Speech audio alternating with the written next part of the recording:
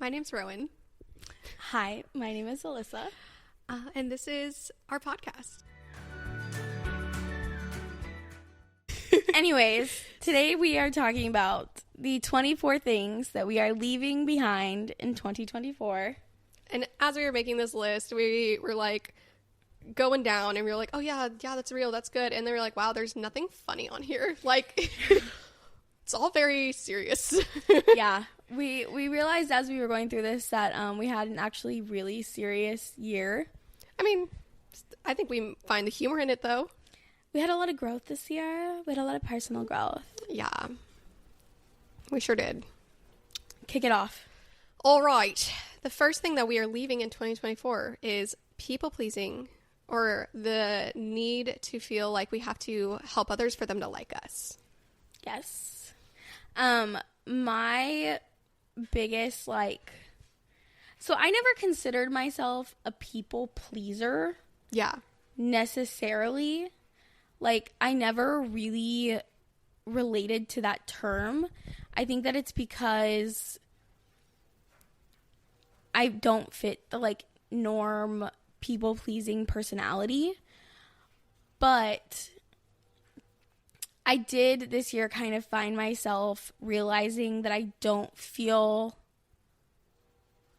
like I necessarily have value in a room if I'm not bringing something to the room. So I felt like that's kind of where I fell into the people pleasing umbrella, because I'm not a kiss ass. Yeah. Like that, you know what I mean? So I never really resonated with people pleasing in the terms that most people do. Yeah, the terms associated with it, that comes right to your mind. I agree with that, because I have some of the normal people pleasing, but a majority of mine is I feel like I have to say yes and help in order to feel loved or wanted.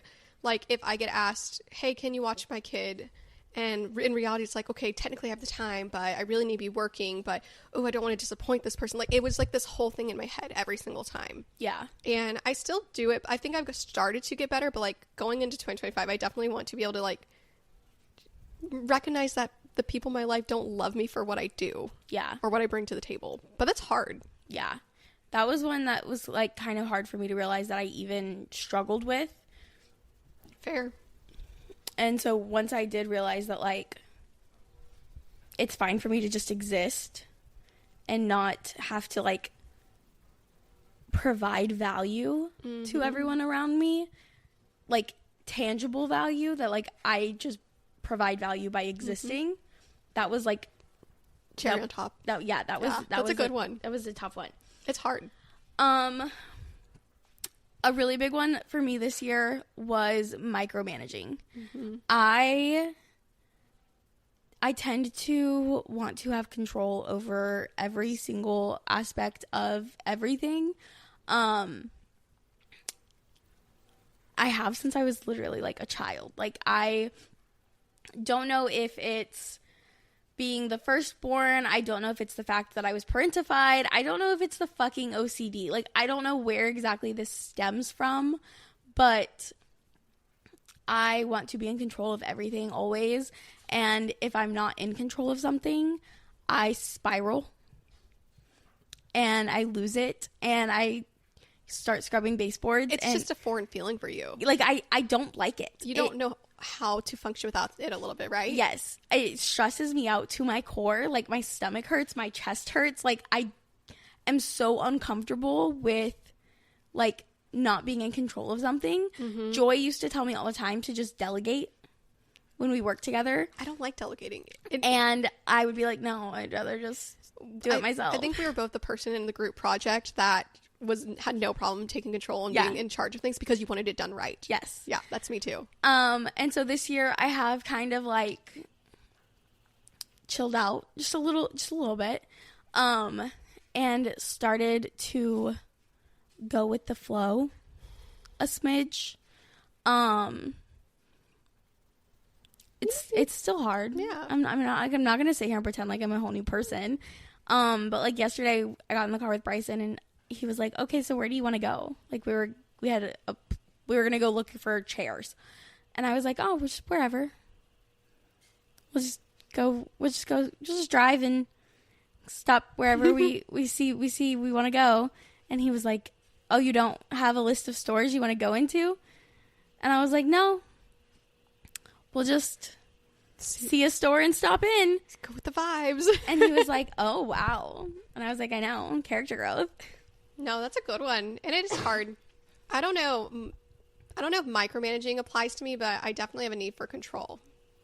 I feel like my anxiety, when it manifests, if I try to take control, it just really, like, helps calm me down a little bit. Like, when I write out my to-do list, like, I write a new to-do list every day, even if it's the same things, like passing over, or continuing over. I will literally draw a line through something and put an arrow and, like, move it. And it just helps me organize my brain. And I do that with certain aspects of life, too. Just, I feel like if I am in charge of it and on top of it, it'll, like, work out. But I think sometimes that causes me more stress. So I definitely need to, like, I need to take a breath. I need to take a beat. Yeah. No, I have had, like, I mean, in my bedroom right now, I have notebooks from, I think, all the way back from, like, 2020 of, like, schedules and to-do lists, like, from back when I was a stay-at-home mom, of, like, what we were going to do for the day, and, like, literally divided into, like, household tasks, things I was doing with the kids, play dates we were having that day, like, if I had any appointments, like, it literally broken down by the half hour. It helps you feel better for some reason, but I think in the long run, it's actually not great. It's for sure not great. I don't know if there's actually science behind that, but I'm just going to pretend that, that's not great. But we've made baby steps. You've made great strides. Thank you. And we're leaving behind. We made the choice. It's written down and we're saying it on the internet, so it has to happen. That's the whole vibe with this Everything list. On the internet is true. Everything. I mean, obviously. I do think that's partially, though, why we're realistic with ourselves, because we're like, well, let's be real. What are we actually willing to work on more so? So some of these things are things we started the process of, I feel like. But next up, we are letting go of letting people take up mental space in our heads. Care to elaborate? Yeah, I mean, I think for me, I'm definitely one of those people that will autofill, as Ashley likes to say. I love that word or like phrase. I use it all the time. It's so good. I definitely autofill. So if, for example, okay, like let's just tie it into, I said, no, I can't watch your kid because in reality I had to work, and then I don't hear from you, I would autofill, and like it would take up so much mental space for me and like bring me so much anxiety. And that happens in a lot of different areas for me, like whether I'm waiting on an email from a client, or I feel like I left the house and I, said something, a little jokingly offhand to Henry, and then my brain will be like, well, is he actually mad at me? It's just like this anxiety spiral thing I do. And it doesn't always, have to be negative necessarily, but like sometimes I just autofill and I keep it in my head, and I have to constantly remind myself that if someone is mad or upset with me, or if I did something, it's their responsibility to tell me. And like, I can't fix it just by going around in my head about it, letting it take up so much mental space and energy. Yeah. I remember the day that I heard Ashley use that for the first time, because that was something that I didn't even realize I did. Yeah. And I do it all the time, and it's something that I've had to work on, especially because I'm in a relationship with someone who likes to process his own feelings before he brings them to the table. And I had to tell him at one point, I was like, if you don't at least give me like some kind of inkling, like I understand that you need to process your feelings and, work through them before we sit down and talk about, but like, if you don't give me some sort of general statement, or just, you know what I mean, like some kind of small inkling of what's going on, even just a, hey, I'm processing. Yeah. Maybe not literally, but just like, I just need to, I promise I am going to come up with, I am going to make up things in my head about what is happening in your head. Yeah. And like, it's going to take every ounce of my strength to not do that. So just give me a little even like snippet. A hand gesture would be great. Like just thumbs up means I'm thinking. Yeah. Just a little something. Just give me a, hey, we're good. I just need 10 minutes to collect my thoughts. Fair. and then we'll reconvene. But yeah, that was something I didn't even realize that I did. Yeah. I think I've always kind of known that I let the people take up space in my brain. But I didn't have words for it really until the last year or so. So, oh, my phone wants to keep closing out. All right. Next up is using our car as a trash can. We're really bad at this. We're really bad. And we like to blame it on our kids, but let's be honest. It's partially us. This one's really bad. When do people have time to clean out their fucking cars? I think people just keep their cars clean. How? I don't know. Because here's my thing. I will clean my car out, and then I will be on top of it, and then, like, one thing happens, and then it seems like a million after that. Like, maybe Preston has a snack in the car, and then I leave a water bottle, like an empty water bottle, something like that. Or, oh, I forgot to grab the shirt I changed, whatever, and then it just piles up. I just don't understand it. I don't know. And it's bad. If you guys have any tips or tricks for keeping your fucking car clean, please drop them below. Because and if you are like us, please validate us, because we have really gross cars. It gets bad. Like, I spilled coffee. Oh God, I should not admit this. I spilled coffee, I have no idea how long ago, in my cup holder. And then it looked really gross because it was still hot. I mean, it wasn't summer. It was like, how hot this winter has been, okay? Mm-hmm. It was just a few weeks ago. But it didn't smell or anything. And I just, like, wiped it up the best I could, but I had to, keep going. And then it, looked, grimy. And so then I just put paper towels on top of it. And I've just been telling myself I'm going to clean my car. And I know you relate. And if you pretend you don't, I will bring up one specific instance. The potions? In the cup holder? Yes. To be fair, that was your kids, but, sometimes when you have kids and you're running around, you just... Listen. What happens is not our business in the back seat. So, Jack is in the third row right now, by himself, which he's getting moved up, because I don't know if... We've had 2 potion incidents now. Oh, I didn't know about the second. Yeah, so he's getting moved up. Oh my gosh. And one time I got in the car and there was a horrid smell. I'm talking a awful, awful smell. And I was like, this is so bad. And usually, if there's kind of a stinky smell, it, goes away. You know what I mean? You take something out and it's fine. Yeah. So I, kind of cleaned up the car. I thought, maybe someone left, a snack in here, or there is, whatever. I cleaned out the car, and the smell was still there. And I was like, that's crazy. That's wild. Did someone shit on my carpet somewhere? That's the kind of smell we were working with. And I was like, where is this coming from? So I took it to the vacuum place, and I was vacuuming out all the carpet, and the smell was still there. And I was like, what is going on? So in my van in the third row, it wasn't even in the actual cup holder. It was in the compartment that's, closed. I didn't even know my kids knew that these things existed. And so it's, a hidden compartment. This man was back here making potions. And I said, what is this, Jack? And he said, my potions. And I said, you're fired. Please don't ever make potions in my van again. Yeah. And he's just back there sitting next to this concoction.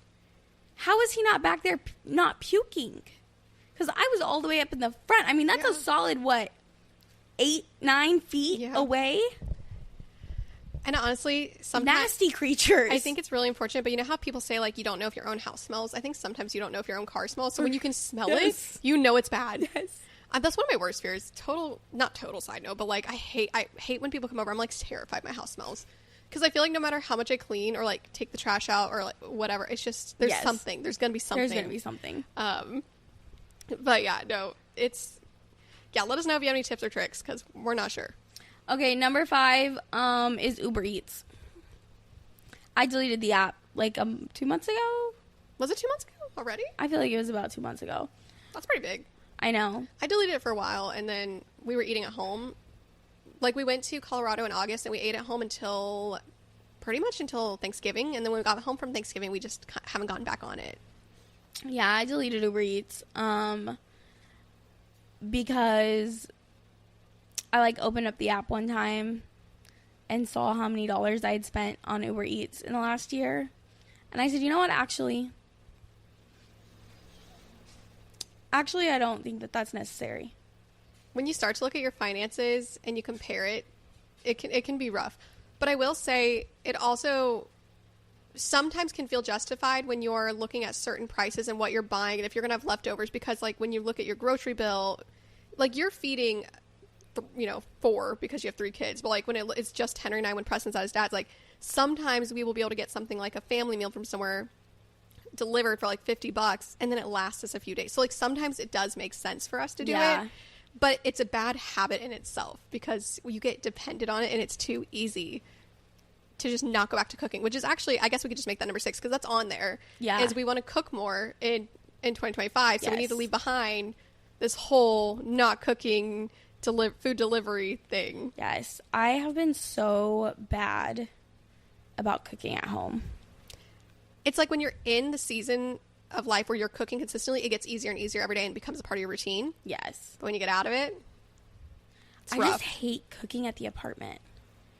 I have really, really struggled with it since we moved in here. How have you been at Bryson's? Do you cook there? I do cook a little bit more there. Still not like a whole bunch, but like I think it's also because when I'm there, it's usually like later. Mm-hmm. Like I'm not getting to Bryson's as early as like you know what I mean? Like, yeah.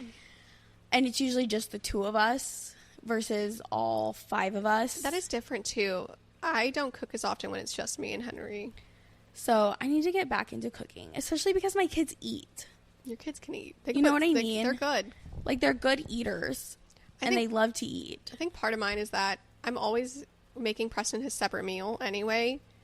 I do try to get him to eat some of our stuff, but sometimes he won't even, like, if he can even smell my food, he won't eat at all. Like, it's, you know, his sensory stuff is very strong with that one. And so I'll definitely cook. Henry's been carrying our team with cooking for a while now, but I don't know. I like to eat what I cook. I don't know if you're that way. I like to eat what I cook. Yeah. Like when I enjoy the food I make. That's the better way of saying that. So I do like it when I cook and have time to do that.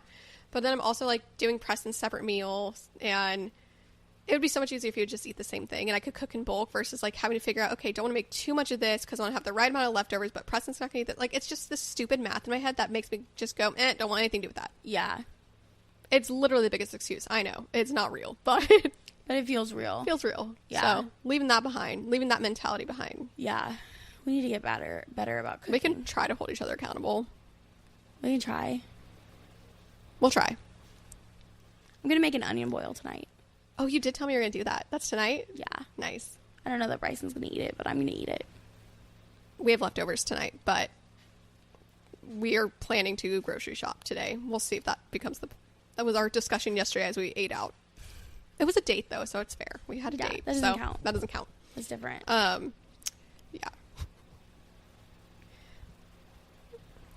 Number 6, being scared of failing. This was something that we did good at this year. Yeah. I think we're just carrying it over a little bit. I think we tried to have the mentality of do it scared, do it anyway this year. Yeah. Didn't stop it from still being scary. But I think you and I both have a little bit of that perfectionism where we want to do everything correctly and we want to do it right and we want to be, I don't know, I wouldn't even say dependable, but we don't want to fail at anything. No, ever. It's like such a blanket statement because it's just every little thing we want to do it right and well, and like just it's hard on our brains. Yeah. I have always like struggled with the idea of failing at something.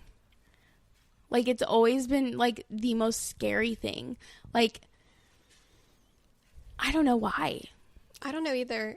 I always really appreciated photography as a career choice for me because it really helped me grow in that a lot. I used to have such a hard time taking criticism, even constructive criticism. And I feel like through photography, like, I mean, basically it's a career when you start out, you're not great. Like, no matter how much knowledge you have, you're still you're learning constantly. And I still am, even 8 years in. I'm constantly learning and growing, because it is technically an art form, you know? And there's different styles, trends, things you realize, different ways your style evolves through the years. And so working in an industry where it's like art is subjective and I'm creating art, but I'm also on the customer service side of things where I'm also having a client that I need to please. I don't know. It kind of helped me stretch and grow. And I think that business wise, I've gotten really great at the fear of failing. Like, it still gets to me sometimes, but I've been able to table it a little more in my head. And now it's just the personal side that is really still gets me. Yeah. But we've done a good job this year of just saying, fuck it. Yeah. If we fail, we fail. Yeah, we're trying. I don't know why that's so big for us. I don't either. It is interesting because a lot of these, like, they're big for both of us. There's a few that are more for you, more for me, but yeah, this was a big one. And especially like the podcast, for example. Mm-hmm. This was a fucking learning curve. Yeah.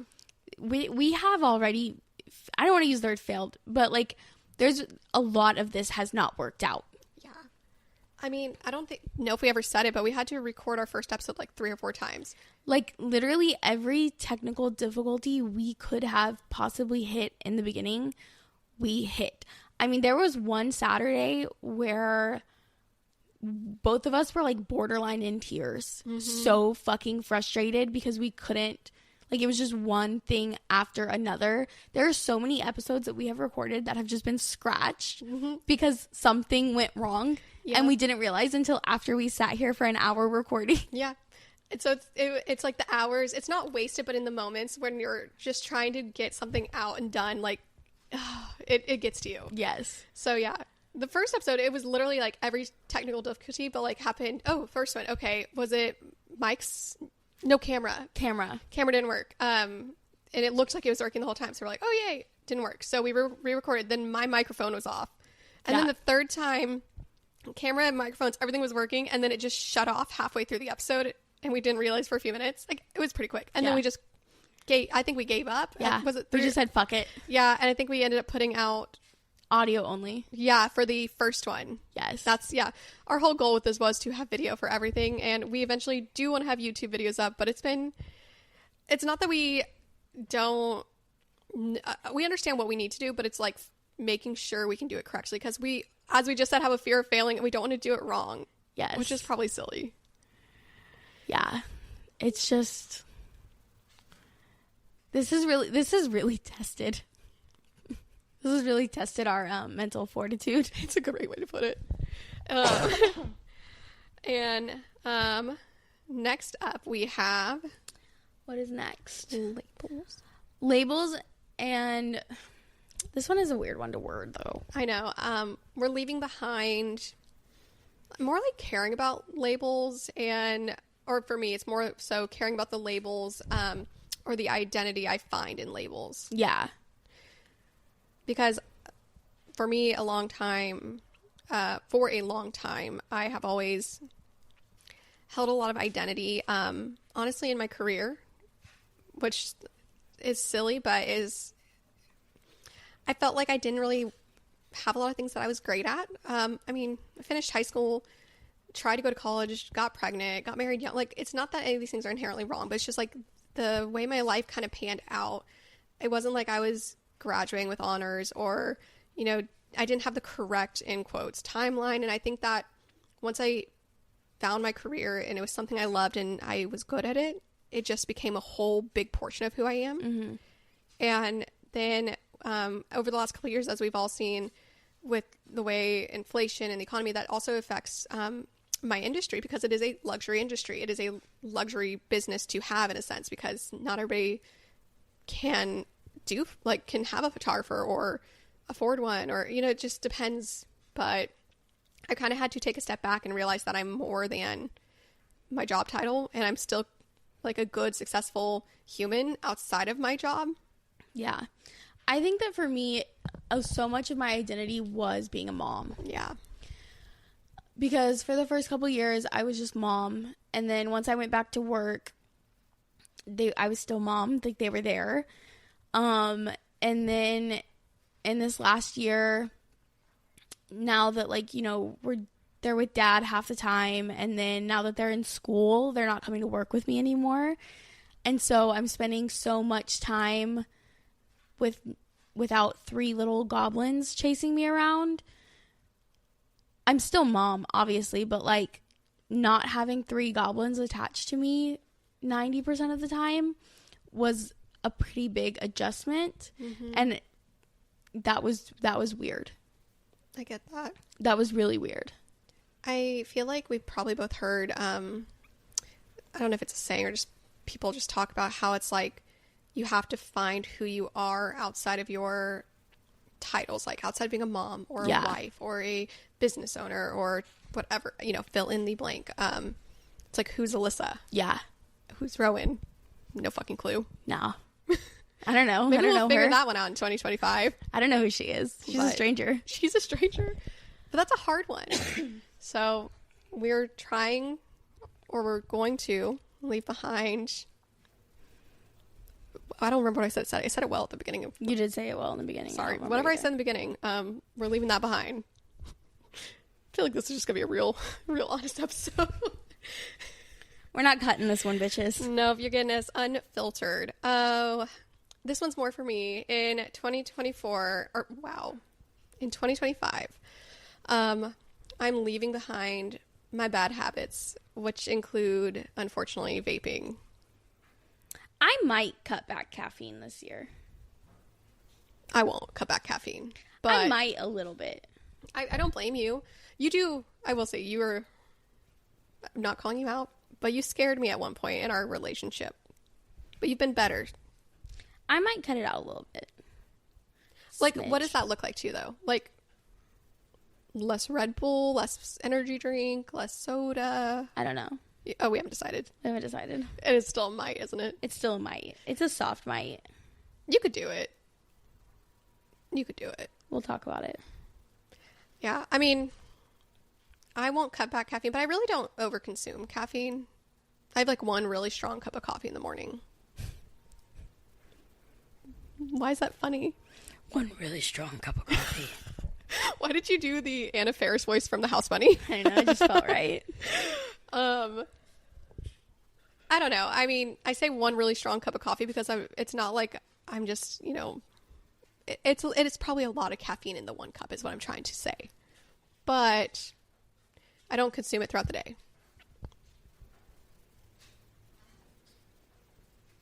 I would have to assess how much caffeine I actually consume. Yeah. I do understand that. I think that you've honestly cut back a lot over the last couple of years. I feel like I have too. Even in the last year, I feel like you cut back. You should assess it, and then we'll evaluate if you actually need to cut back. That's what we'll do. Valid. Yeah. But bad habits, for me, that is honestly vaping. It's not my proudest thing. And it's funny, though, because I don't really talk about it or, you know, like who's going on the internet and be like, vaping, I vape. Like, it's not something you really, you know, talk about. But if you know me, you probably know that I vape. Watch my smoke rings. Yeah. Oh my gosh. When we, in high school, when you'd go in the hookah bars and the tornado. I've never been to a hookah bar. What? I do love a good hookah bar. I haven't been to one in a long time, but I do. It was fun in high school, but it's also, I don't know, it's fun. But I guess my point is that it's not a secret that I vape, but it still feels kind of weird to like say it on a podcast, you know?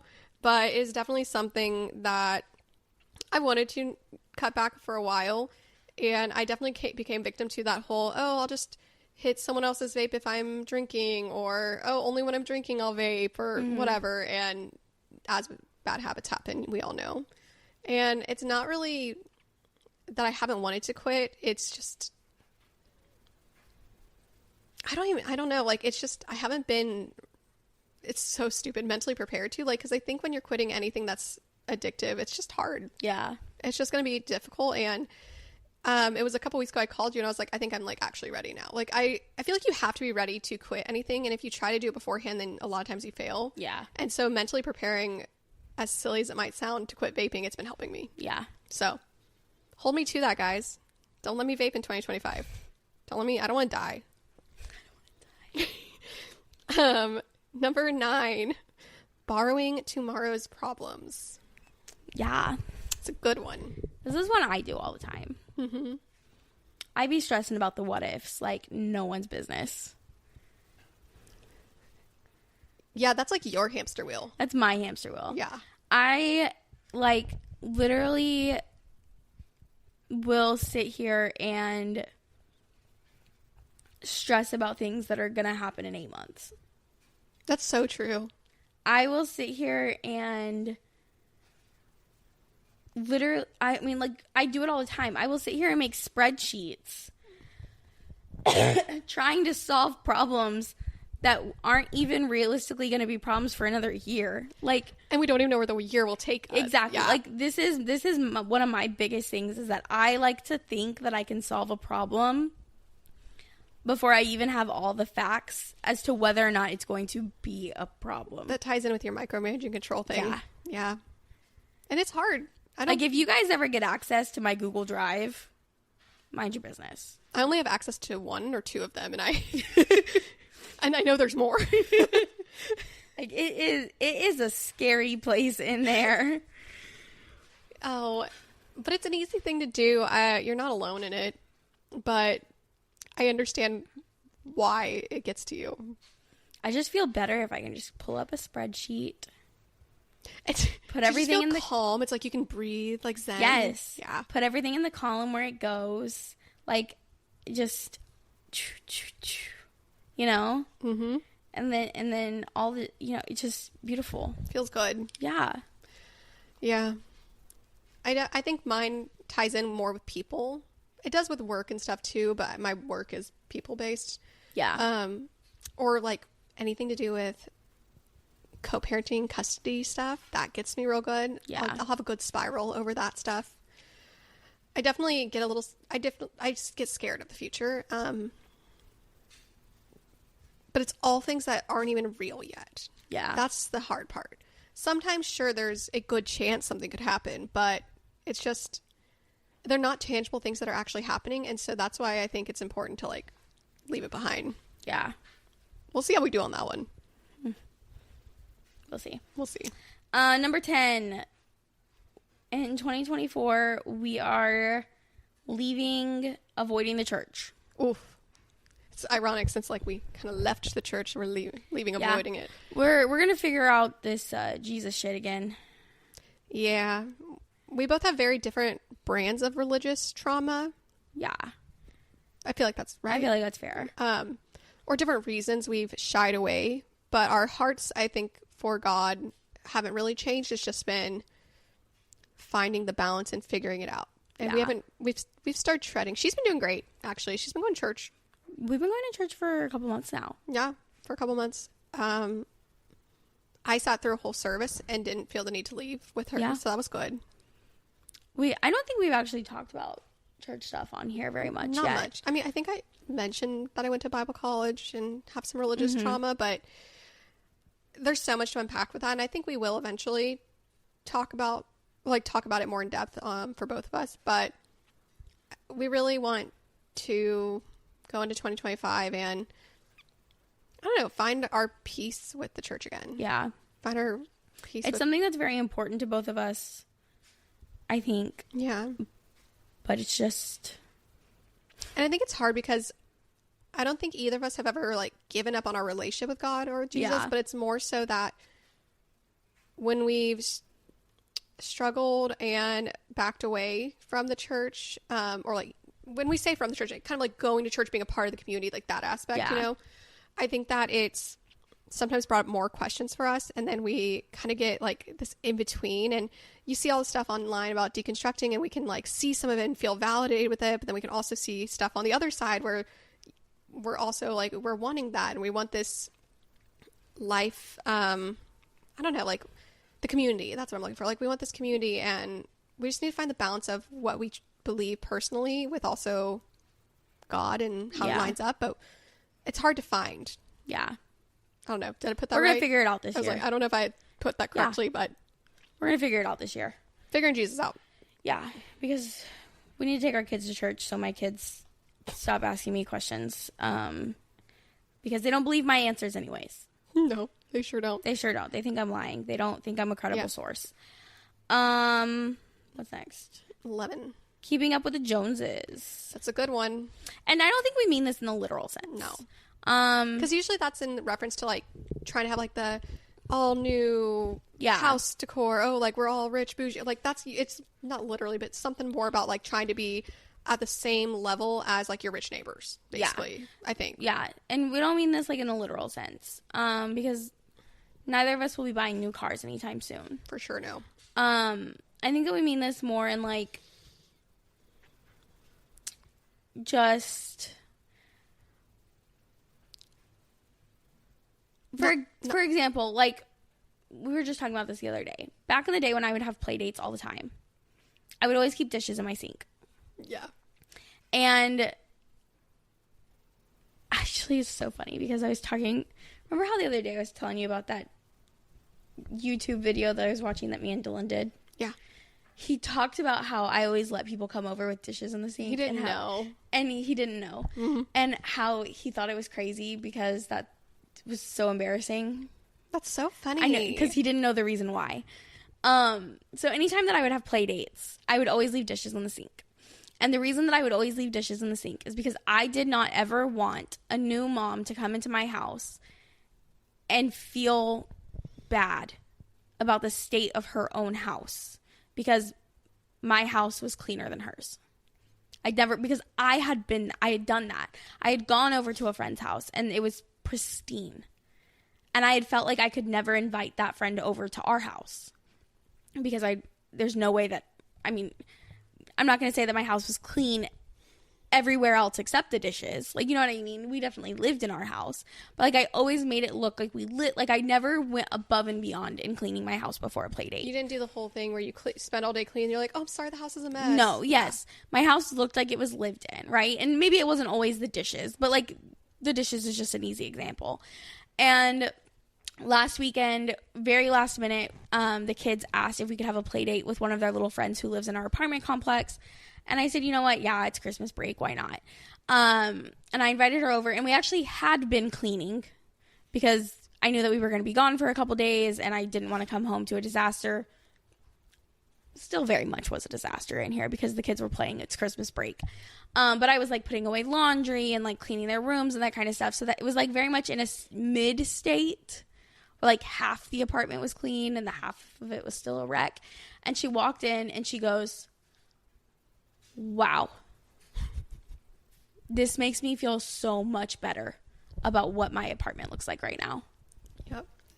And did that validate your, and your like thoughts all along? Yes. And, like, that's what I mean. Like, that's what I mean keeping up with the Joneses. Like, I don't want to ever make someone feel like they need to stretch themselves thin to meet you, to meet me. Like, you know what I mean?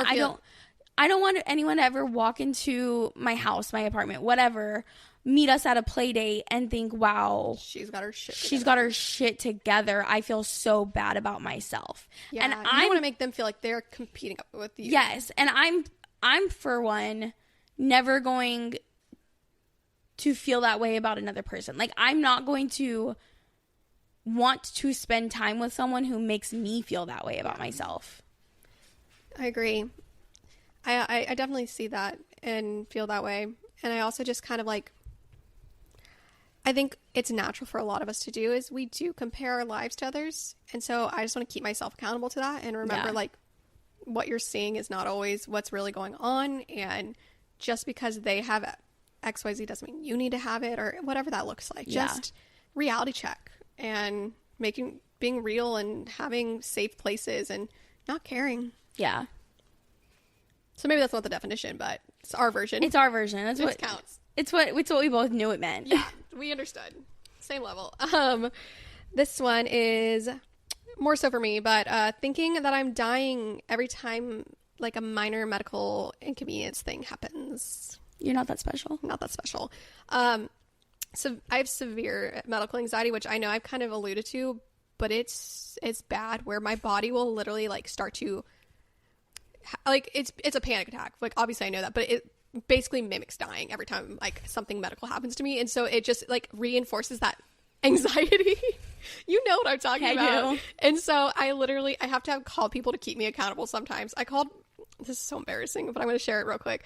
My jaw locked up really bad last week. I have super bad TMJ, like, so bad. But it's something that I live with, and as if you have it, or any jaw issues, you know it. You just kind of get used to it a little bit. The tightness, the cracking, the popping. But my jaw locked up so severely that I could barely talk or move, and it was like, the only way I can describe it is it felt like my jaw was trying to crush itself. Like, it was that bad. And I had to call my sister because I was driving to a session, and somehow the idea in my head got dropped that, oh, lockjaw is a part of tetanus. What if I think at first I thought rabies too. I was like, I couldn't remember if it was a symptom. No, I know. I couldn't remember. I was driving. In that moment, I couldn't Google, is lockjaw a sign of rabies? But I knew tetanus for sure. And so even though I literally had a Tdap shot, not even, like, I'm within the same, you know, I got a Tdap shot, like, I don't know, 7 years ago, something like that. I don't really know if you can still get tetanus or not. I don't fucking know. And so I'm just sitting here panicking, and, like, I'm trying to keep myself calm. And the long story short is, like, I finally had to just call my sister, and she had to, like, look up symptoms of rabies, symptoms of tetanus, convince me I didn't have it, all so I could go to freaking work and stay sane and not, like, it was bad. You called me and you were like, I think I have tetanus. And I was like, did you step on a rusty nail? And you were like, no, but I still could have it. And I was like, okay. And it's so funny. And I think we can laugh about it because when it's happening, it's very real to me. It is. It's like, it brings me to hysterics sometimes. It doesn't happen super often to the point of hysterics, but when it happens, it's bad. I know. And so that is something I definitely am leaving behind in 2024. I am going to start trusting my body and intuition a little bit better. I'm going to try. Like, if I even have an inkling that I'm not actually dying, I'm going to try to trust that. Okay. We're going to see. Okay. It used to be way worse. I used to make people Google stuff for me, like WebMD stuff for me. Like, I don't know. I want a confirmation bias. That's what happens. I need confirmation bias when I'm feeling that way. I love you. Or I need someone who, like, loves me, like you or Kenna, to just sit there with me and tell me I'm crazy in the sweetest way possible. Because it grounds me in that moment. I know. Because if you just say, you don't have tetanus, shut up, that's not going to help me. But if you, like, go there and you read me something, it helps. I know. It's so silly. But anyway, that's a goal. We'll see about that one. Overcommitting and learning to say no.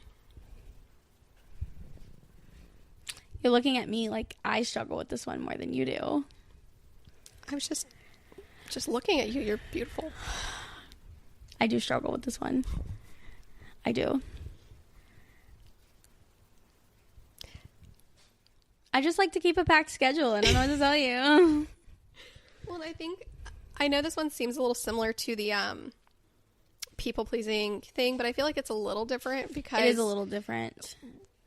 The people-pleasing one is more so like the value we hold.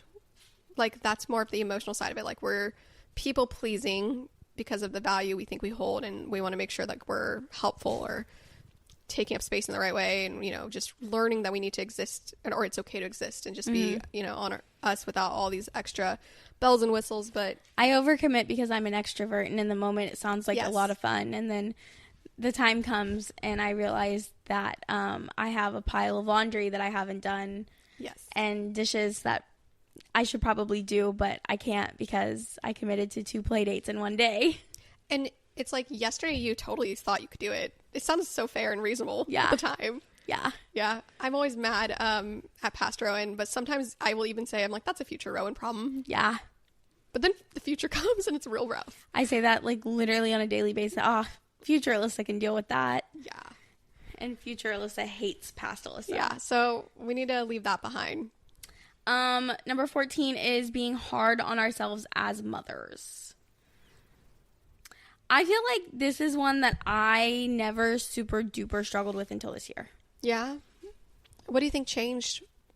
I mean, my kids got older. It was just the season they turned into. I think that as my children are becoming more emotionally complex. That's a good way to phrase that. I am struggling a little bit more. Yeah. Like, I feel like it was easier when, like, their only emotions were, like, happy, sad, dinosaur.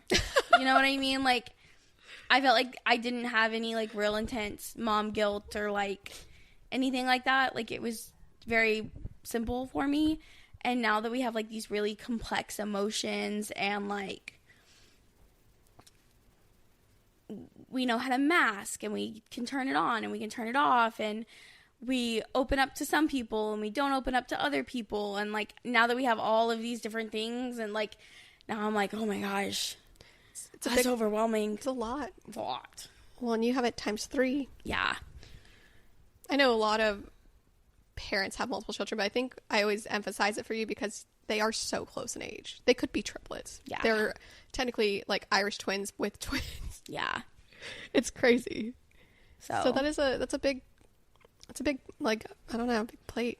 I feel like this was the first year where I actually like felt any kind of mom guilt. And I remember the first time that I did, I called you and I was like, oh, you do this so often. Mm-hmm. Yeah. I was like, you put yourself through this so much. I don't know why I do it. It's like second nature. I think that's why it's a big one for me, is that I really want to stop second guessing myself. Yeah. And trust that the years I've spent pouring into my child have meant something. And just because we're having a harder day or moment and I'm enforcing the boundaries that need to be enforced or whatever that looks like, that it is okay. I'm still a good mom. Yeah. And he still knows I love him. We've talked about this a little bit, but I think a lot of people in Preston's life, including myself, but like grandparents specifically, sometimes they do, what's the word I use? I guess we kind of like, we victimize Preston a little, even if it's not so literally. We, in our heads, have seen that he's had a little bit of a harder trajectory, like, due to certain things in his own life, but also in the dynamics that have played out because it was a high conflict marriage and divorce, that I think it's, you know, we've seen it unfold, and it's been easy for us to just kind of go, okay, he needs a little extra coddling here, a little softness there, but you've got to be so careful with that too, because the opposite end of it can, well, it can create further issues. And so as he's gotten a little older, you know, it was okay when he was a little bit littler, like when he was a toddler, you know what I mean? Like toddlers do need that love, safety, security, and coddling to an extent. But then he got a little older, and if you kept doing that kind of stuff, it kind of enabled him to some I don't know, I don't like the word bad behavior because I don't think he's a bad kid. I just mean, like, I don't know, it made it harder as a parent of a 6, now almost 7-year-old child, so that when I am enforcing boundaries and we're doing the things we need to do and something, you know, happens and he has feelings about it, it's hard for me to not take that guilt on. Yeah. I just really take it to heart, and it's something that I've been working on for the last couple of years, you know, as he went from toddler to kid, even though he still feels like a baby in my head. I just do it all the time, and I want to leave that behind. I want to trust myself and our bond and everything we've instilled so far. Yeah. Number 15, talking negatively about ourselves. I feel like we also did really good with this year. I think so. I feel like we took big strides in this department this year. I feel like we kind of came to not necessarily, it wasn't a place of body positivity, it was like body neutrality. Like, we gave ourselves grace. Yeah. And I think for the first time in the last year or so, we've kind of gotten to the place of, this is my body, and I'm allowed to exist in this body. I feel like we had bigger things to worry about. Yeah. And it just was kind of put on the back burner. And then by the time everything else kind of calmed down, we were just like, it's actually not that bad. Mm-hmm. It's all right. It's not that deep. And we focused on trying to take care of ourselves rather than make ourselves thinner. Yeah. Like, because I know that's a thing that we've both done in the past, where we thought being skinny was the most important thing in the world. Yeah. And like you said, we had more important things to worry about. So I think instead of focusing on trying to be skinny, fit, whatever, we focused on healthier eating, fueling our body, feeling good. And we haven't been perfect at it, but it allowed us to come to almost like peace Yeah. with ourselves. Like, I don't know. Number 16, assuming everyone hates me or is mad at me. Oof, it's a good one. That one's definitely more of mine. I 100% do this like on a daily basis. Will assume that someone at any given point of the day hates me, even if it's just a stranger at the gas station, without a doubt. Oh yeah, it's a good one. And if I really think you hate me or really think you're mad at me, I will cry about it as I'm Which makes it even worse because you hate it. I know. You hate the crying. It's terrible. But yeah. No, that's real fair. I have a little bit of that too. I do think this last year at least, I feel like I didn't have time to care as much as I did in previous years. Yeah. Like, if I really thought you're mad at me, like, yeah, for sure, there's some autofill. But, like, I was just like, okay, tell me if you're mad at me. I'm gonna go over here. I got shit to do. Like, I don't know. It was just different for me this year. I feel like this is one of those things that my brain just makes time for. Yeah, no, it's like, it doesn't matter. You're gonna feel this. Yeah. That's real. That's so fair. Number 17, the need to feel like I'm 100% on for my business. And I guess what that means for me is just basically,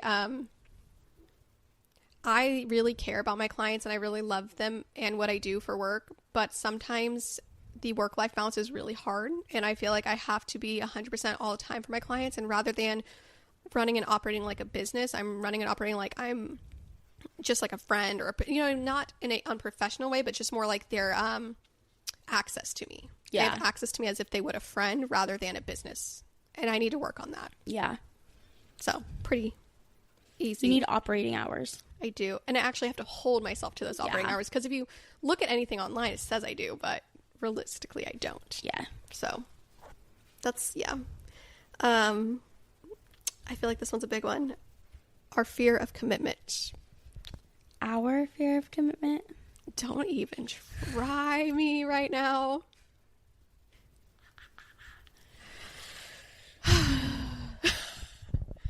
Would you like me to speak then? I mean, well, I think that the fear of commitment is real for a lot of people, and it's not as bad as it sounds. I don't think it's an actual fear of commitment. Okay. I feel like that sounds extreme. Okay, what do you think it is? I think that we don't have a fear of commitment. What do we have a fear of then? I think that it's a very sound fear of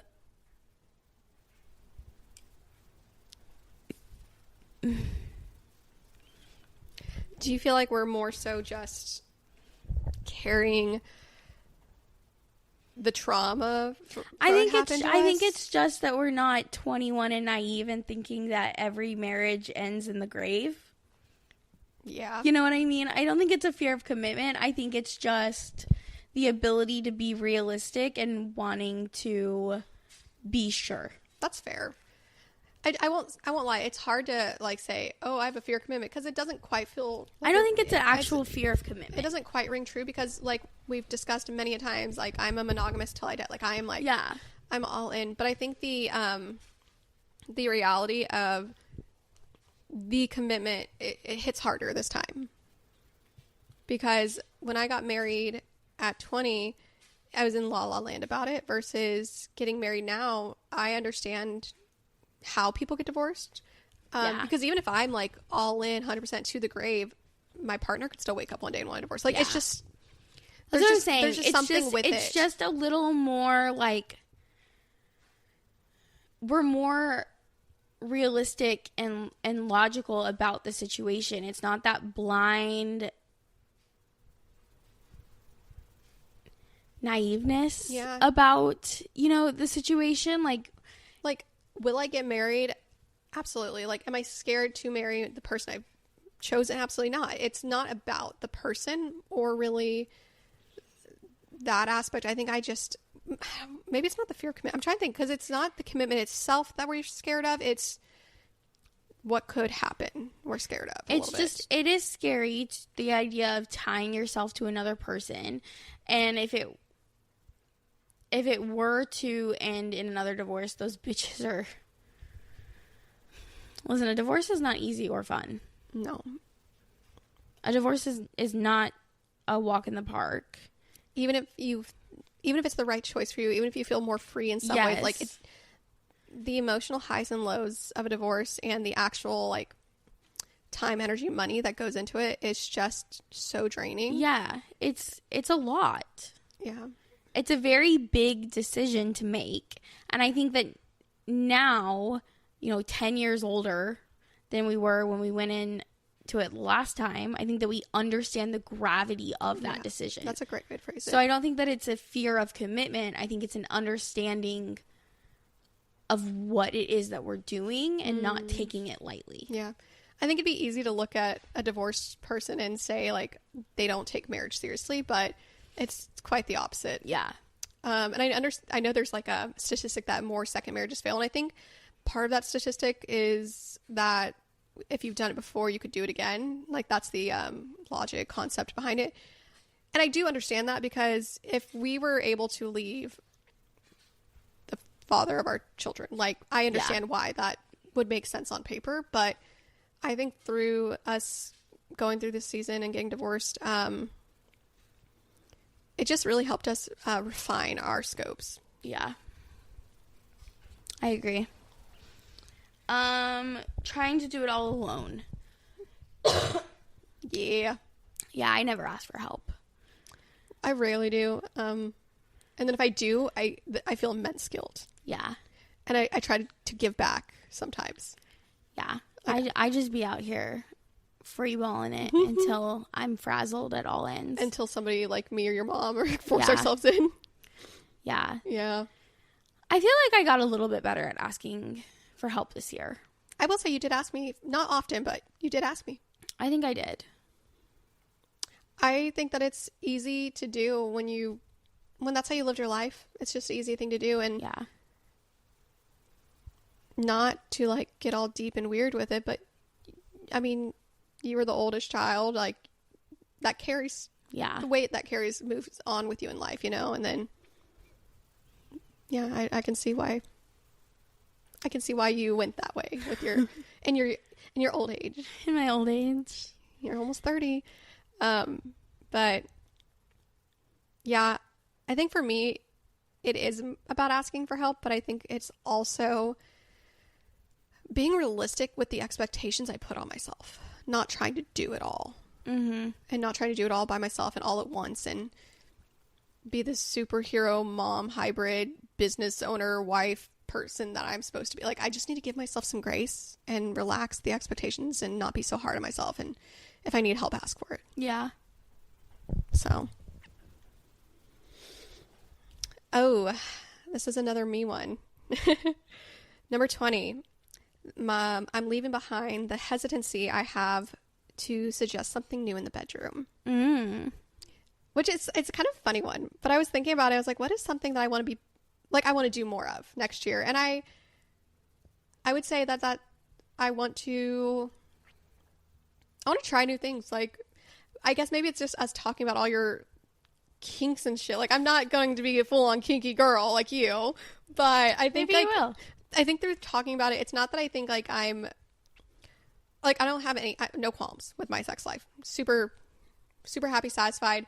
It's not like boring or basic by any means. It's not a more like I'm scared like thing. I think that sometimes I don't even like the word assertive, but that feels like the only word, like assertive or like the first to say something about if I want to, if I have an idea. It's just more so go with the flow. I don't know if that's the right way to put all that, but I don't know. I just want to try to be a little more brave and try new things. I think it's a good idea. Yeah. Because, this part we can cut out if you don't feel like he would want it in here. But I feel like a lot of times, sometimes guys aren't necessarily going to be the first to suggest something. Like Bryson, I don't think he was the first to come to you and be like, let's try this kinky shit. But like as soon as he got on board, yeah, like he was down with it, right? Yeah. So I think it's not that there's anything wrong with what we have going on. It's just more so I want to, like, I don't know, I want to explore some options and see. I think you should. I can send you a list. Yeah. We already did technically talk about 21 because we talked about it earlier. Because 21 was not cooking. We tied it in. Okay, number 20. So this is, so technically we're on 22 now. Yes. Saying, I'm so stressed and busy, but not doing anything about it. This also, like, goes with tired. Yeah. Saying, I'm so tired. We do say this a lot. One time my sister tried to tell me that it's not that I'm busy or don't have time. It's that I don't prioritize, and I got really annoyed. I remember that. I got so annoyed. I'm not saying she's wrong. It was just more like, shut up. I remember that, actually. You were really pressed about that. Yeah. You were real mad. Well, you know how it is when you're, like, feeling underwater and somebody says something to you, even if they're valid or right, you're just like, shut up. Especially if it's your sister. Yeah. We know. I mean, if you have a sister, you know. Yeah. But it's a real one. It's hard, I think. It's a real one. But that's kind of, it's like one of those mindset things. Yeah. Maybe that'll be the big mindset one we work on this year. Yeah. I don't think we'll leave behind. It's not that deep and you're not that special, but we'll just add on. Yeah. We'll have a little, like, we'll come up with a little quip. Yeah. We'll come up with something. Okay. Number 23. Stop wishing I was the fun mom and actually be the fun mom. That is a big one for me. I think that it is for me too. Yeah. I feel like I have so many fucking kids. And it stops me from doing a lot with them because I'm so outnumbered. Yeah. And, like, realistically, they're pretty good in public. Like, you know what I mean? Like, there's a lot that I could do with them. But just the fear of being outnumbered in public with them stops me from doing a lot with them. I totally get that. I've only taken our 4 kids out, like, once or twice by myself. And I remember how it wasn't like I was mad at them. It's just, like, there's so much more to manage. Yeah. So I understand that. But they're so good. You have such good kids. I miss them so much. I can't wait to see them. I've been missing them so much. Like, I miss my son so much too, but I want them to come home I want all the babies. It's been like 2 days. No, and I think for me, my son is such a fun spirit. Like, he's so spirited and he's got so many ideas and so much adventure and it's such a vast imagination. And I get a little caught up in the day-to-day stresses and our routine and our schedule. And I think those things are very important, but I also just want to have fun with him. Yeah. And it's something honestly that I kind of resented my son's father for, is that he only really wanted to be present for the fun stuff or the discipline stuff. Yeah. He didn't really do much of the in-between. And so that was always really hard for me because it felt like I just never had a space either. And so fast forward to where we're at now, I just want to have fun with him. Like, I just want to embrace his imagination with him and follow his lead sometimes and not be that stressed about certain aspects. Like, if bath night waits a night, it's okay, but it's really hard sometimes on my head. Like, I just want to be the fun mom. I want to stop saying that one day I will be. Like, I think it's similar to, like, the busy and not doing them about. It's like, I think in my head sometimes I'm just like, oh yeah, one day I'll have time for this. One day I won't be as stressed. One day work will slow down. One day XYZ, fill in the blank. And I don't want to just wish for it anymore. I just want to, like, live it. Yeah. And are we on our last one? We are. I mistyped it. I'm sorry. I was reading it and I was like, what the fuck did I write? Money blindness. So we're leaving behind money blindness, or just not being intentional. Not taking control of finances. Yes. Making sure we're saving. So I think that both of us while we were married, like, didn't actually have to be super, super intentional with money. And then I think we both have kind of agreed that, like, our first year on our own, we both realized that we had no clue how to, like, budget and save and, like, do all the things, and, like, had to figure it out and realized that we had no financial literacy whatsoever. And you're on year 3 and I'm almost year 4 and I'm on year 2. And so, like, we're going into this, and I finally feel like I'm at a place where I can actually, like, start saving legitimately and like, you know what I mean? You like, got up from under the water. Finally. Yeah, like last year was the year where I actually like learned how to be a person who knows where their money is going. And so this year I would just want to be like more intentional and like spend more time learning about how to save and where to put the money and like, you know what I mean? Mm-hmm. Like I want to be a person who sets up 80-year-old Alyssa for success. And like my kids want to go to college. Like I don't know how to save for college yet. You know what I mean? Like I want to figure those things out. And like I understand. I started to dabble in figuring out what I need to do because I don't have a traditional job where I have a 401k and insurance and all these options. I have no benefits. And I feel like within that first year, similar to what you said, I got my finances pretty in order. I figured out what I need to do. And then I kind of got to a point where,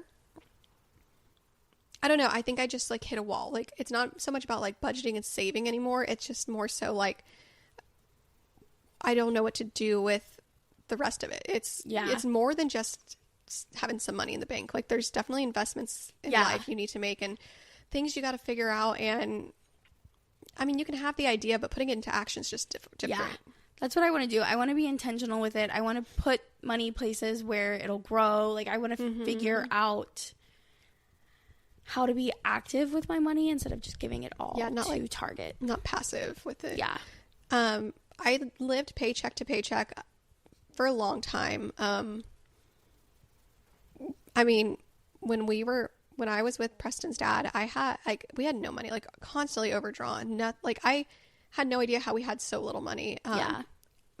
Because technically we should have. Like he had technically a real job, his words. And even though my job wasn't what he considered a real job, I was still making some money, you know? And it just never added up. It never made sense. And so getting out of that and figuring out that I actually had some money I could save, I think that just like hyper focused me into, I have to save every penny, because I was like the scarcity mindset for a little while. And then I think I kind of opened up to more like, okay, it's a little safe. We have a little breathing room. But with that, you still have to find the balance too, because you don't want to spend it all at Target. Like you said, you just got.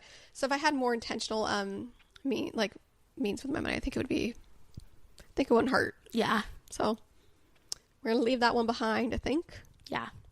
We're going to figure it out. Wow. That was a heavier list than I thought. Like talking it out, it was heavier. It sounded so easy on the notes app. It's just like, oh yeah, la la. No, that was a little heavier than I thought it was going to be. It was a heavy year, I told you. And yet we still found some joy with it. It was a good year. I think we said in the last episode, it wasn't, it was a bad year, but we found ways through it. It was just, our mindset really helped. So if that's one thing we can encourage you to take into 2025 is that it's not that deep. You're not that special mindset. It really worked wonders for us. Or find a, little thing that works for you, a little quip. Yes. But anyways, that's all the things that we are not taking into 2025 with us. And we'd like to hear yours. Drop them. You can send us a text message. You can send us a text. Click the link above the episode description. You can send us a DM. You can technically send us submit a contact form, email us. You have so many options. Please just talk to us. I will say we've been having some people talk and reach out. It's been really fun. It's been really fun. It means a lot. I mean, I know I've said it, but every single time we're like, oh, okay, like, let's see. And so we got, today, won't say who, but we got an idea today for an episode I'm really excited about. So we're going to start exploring that behind the scenes, and hopefully we will be talking about it soon.